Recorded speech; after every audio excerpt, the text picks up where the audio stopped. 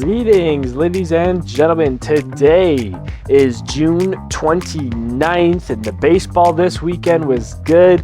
Let's talk about it.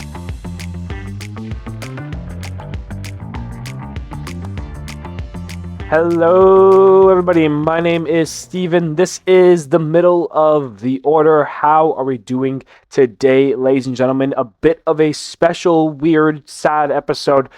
We are very busy at the household here at the middle of the order HQ. So this is going to be a very short episode. We're going to try to keep it very small, very quaint. A lot's going to be removed. A lot I've removed or just didn't end up doing and finishing. And even this intro is going on way longer than I wanted to. So with that being said, let's get into the series recap.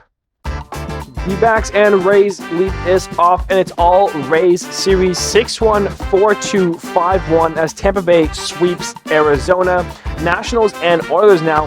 Oilers took game 1 3-1, but the Nats came back winning it 4-3 in 10, followed by a 6-4 win to take 2 of 3 from the O's.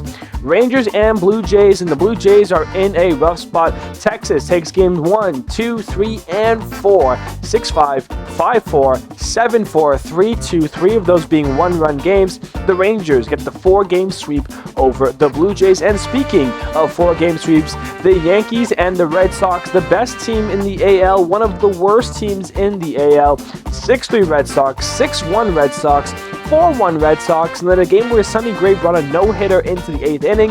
It ends up in the 10th inning where Jarren Duran walks it off 5-4. The Red Sox get the 4-game sweep over the Yankees.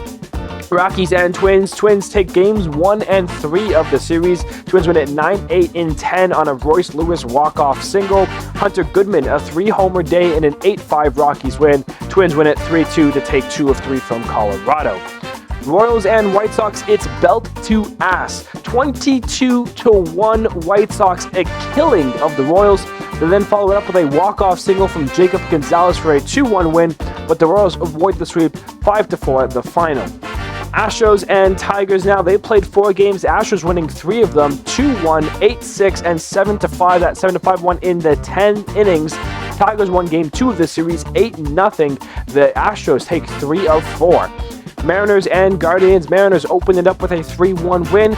Guardians get the next 2, 4-3 and 6-5 as Cleveland takes 2 of 3. A's and Angels, and similar to that, A's take the opener 9-3, but here come the Halos, 5-2 in game 2, 4-1 in game 3. The Angels take 2 of 3 from the A's. Phillies and Mets. Phillies open it up with a 2-1 win. The Mets lose 7 straight games, but finally get the win. 6-2 ends that losing streak. Phillies win the series, though, with a 5-4 victory, taking 2 of 3. Marlins and Cardinals now. The Marlins win it 4-0 and 5-1, getting the first 2 games of the series, but the Cardinals come back with a 2-1 win to avoid the sweep. Reds and Pirates, again, Reds with the first 2 games, 6-4 and 9-7. Pirates, though, avoid the sweep with a 9-4 win. Cubs and Brewers, now the Brew Crew takes game 1 of the series 6-2, but the Cubs come rolling in Milwaukee, 8-2 in game 2, and then 4-3 in 10, as the Cubs win those next 2 games to take 2 of 3 from the Brewers in the battle for the NL Central. Dodgers and Padres, this was a big game and a big series. Padres opened it up with a 7-1 win, looking good, but the Dodgers dropped the hammer with a 15-3 victory to even up the series. 4-2 Dodgers as they get the wins and the series over the Padres. And lastly, you have the Braves and the Giants. The Braves get a 3-1 series win. 3-1 game win, while the Giants get a 5-0 win and a 3-2 win, winning games 2 and 3 to take 2 of 3 from the Braves, who continue to kind of scuffle just a little bit here. And that's, ladies and gentlemen, your series recap. All right, now let's get to the game of the week. Very quickly, the weekend, we're going to Minnesota for the Rockies and the Twins. Cody Clemens, home run number 12 in the bottom of the first, opens it up 2-0. It's a 2-run shot. Next inning, Brooks Lee with a 2-run shot, his 14th of the season. Twins up 4-0. Bottom 5, they score 3 more. Byron Buxton, an RBI double, and then Josh Bell, a 2 RBI double. Minnesota has a 7-0 lead. Top 8, the Rockies finally get on the board. Mickey Moniak with a ground out allows the Rockies to get one. Hunter Goodman then a sac fly, and then TJ Rumfield an RBI single. So the Rockies cut the lead from 7-4. Scoring 3 runs in the 8th. Top 5, Eduardo Julien delivers an RBI double against his former team. Then Jake McCarthy hits a 2-run homer to make it a 1-run game. And then with a runner on, Hunter Goodman hits his 22nd homer of the season, a 2-run shot. And the Rockies have come back from down 7 to take an 8-7 victory. But the Twins have the fight. Byron Buxton an RBI single in the 9th. It's 8-8, and we go to extras, where after holding the Rockies, Royce Lewis is your hero. The RBI single, the walk-off single. Twins win it 9-8.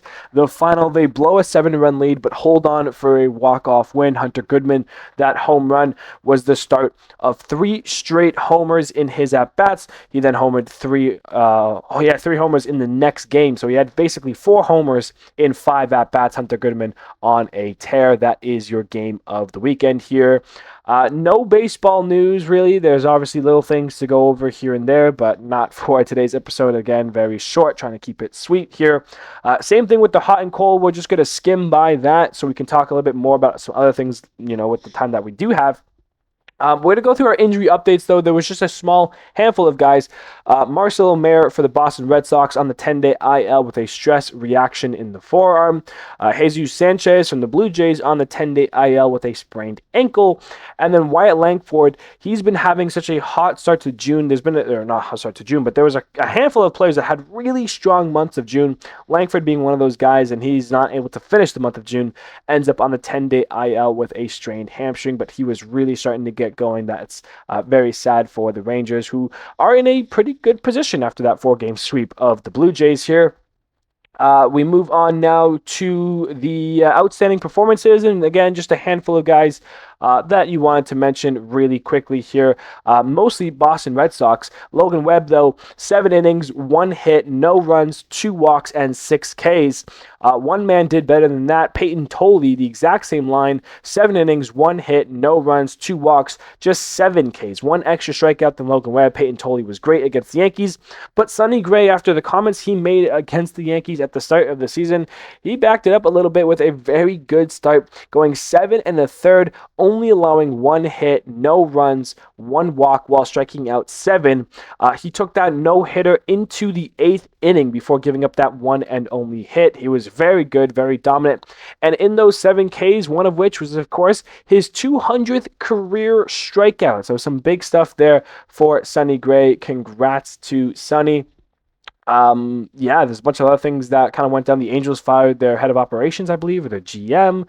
Yappa, baseball's hot. Let's talk about the standings check here and get that going here, because this is kind of what I want to talk mostly about. The AL East has been a bunch of streaky teams right now, some in the right direction and some in the wrong. The Yankees had the 4-game sweep to the Red Sox. The Blue Jays had the 4-game sweep to the Rangers. So the Yankees on a 4-game losing streak. The Red Sox on a 4-game winning streak. They're now just 4.5 back of the wild card. They can kind of turn this season around really quickly if they keep this up. And the Rays, who have won 5 straight, being a part of the 3-game sweep over the Diamondbacks, they are now back into first place in the AL East. The Rays are 48-33, while the Yankees are 48-35. They've played 2 extra games and have lost those games, so the Yankees a game back of the Rays. And the Blue Jays, who were in that third wild card spot just a week ago, are now 2.5 back. They've lost 6 straight, have really scuffled during this homestand against the Houston teams. Both the Astros and the Rangers have come into play. They've got a big series coming up right now to end the homestand here with the Blue Jays. They need to figure it out quick. In the Central, the White Sox have gotten hot. They've gotten magical at times. They're technically tied with the Guardians still, though. 43-39 for the White Sox, while the Guardians are 44-40. They've played 2 extra games, have won 1, have lost 1. Minnesota, 5 games below 500 at 40-45. Tigers, and then Royals at the bottom there, each with 35 wins, not having the year that they wanted. In the AL West, the Rangers I mean, the AL West is becoming very interesting. The Rangers, with that 4-game sweep over the Blue Jays, are 7-3 in their last 10. They are 42-42 at 500, and they are first place in the AL West. But it is very tight. The Mariners have played one extra game and have lost it, so they're half a game back at 42-43. The Astros, who are having a really strong, week here. They took 2 of 3 from the Blue Jays and then took 3 of 4 from Texas. They're 7-3 in their last 10. They're now 42-40 on the year. They're a game back of the division from Texas, and they're half a game back for the wild card. So Houston kind of saving their season a little bit. And the A's, who are just 4 games under 500, are just 2 games back of the Rangers, a game and a half back of the wild card. So you've got 4 teams that are really fighting in the mix there in the AL West. Still, one of these teams trying to get a little bit over 500 here, because it just does not happen there. Meanwhile, the Braves, as I mentioned, they've been scuffling just a little bit. They're 49-33, looking for that 50th win, but they're 3-7 in their last 10. Meanwhile, you look at the Phillies, who are 7-3 in their last 10. Remember that Braves lead that was oh so guaranteed and oh so confident at the May, to have such a crazy lead at May?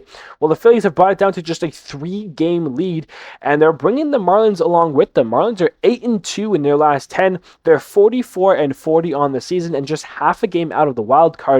6 games back of the division, but the Braves lead is no longer that safe. I mean, the Phillies and Braves had a 4-game sweep. If the Phillies and Braves had a 4-game series that the Phillies swept, the Phillies would then be first place from Atlanta. So that East battle has really heated up as well. Mets 2-8. They had that 7-game losing streak. That they're lucky it's not a 9-game losing streak. They're lucky they got 1 win under their belt against Philly here. But it's not going good. But the Braves, Phillies, that 3-game difference, very interesting. In the Central, the Cubs did take that series against the Brewers. They're 8-2 in their last 10, doing well. 5.5 back of the Brewers, who are still in first place. They got their 50th win. They're 50-31. One of 2 teams that are 50. The other one, of course, being the Dodgers. Cardinals still above 500. Pirates at 500 at 42-42. Reds trying to get back there. They're 39-43. Meanwhile, in the West, the Dodgers have a 10-game lead over the Padres. You're going to feel pretty confident about that. 54-30 for LA. Padres 43-39, just a half game back of the wild card. D-backs, after taking those 3-games swept to the Rays, they're 41-42. They're needing a little bit of work to do. So as it stands right now, Dodgers, Brewers, Braves, Rangers, White Sox, and Rays all lead divisions. In the AL, though, it's Rays by a game. White Sox are tied. Rangers by half a game. And then in the NL, it's 3-game difference, 5.5-game difference, 10-game difference. So still very long, very lengthy, very crazy here.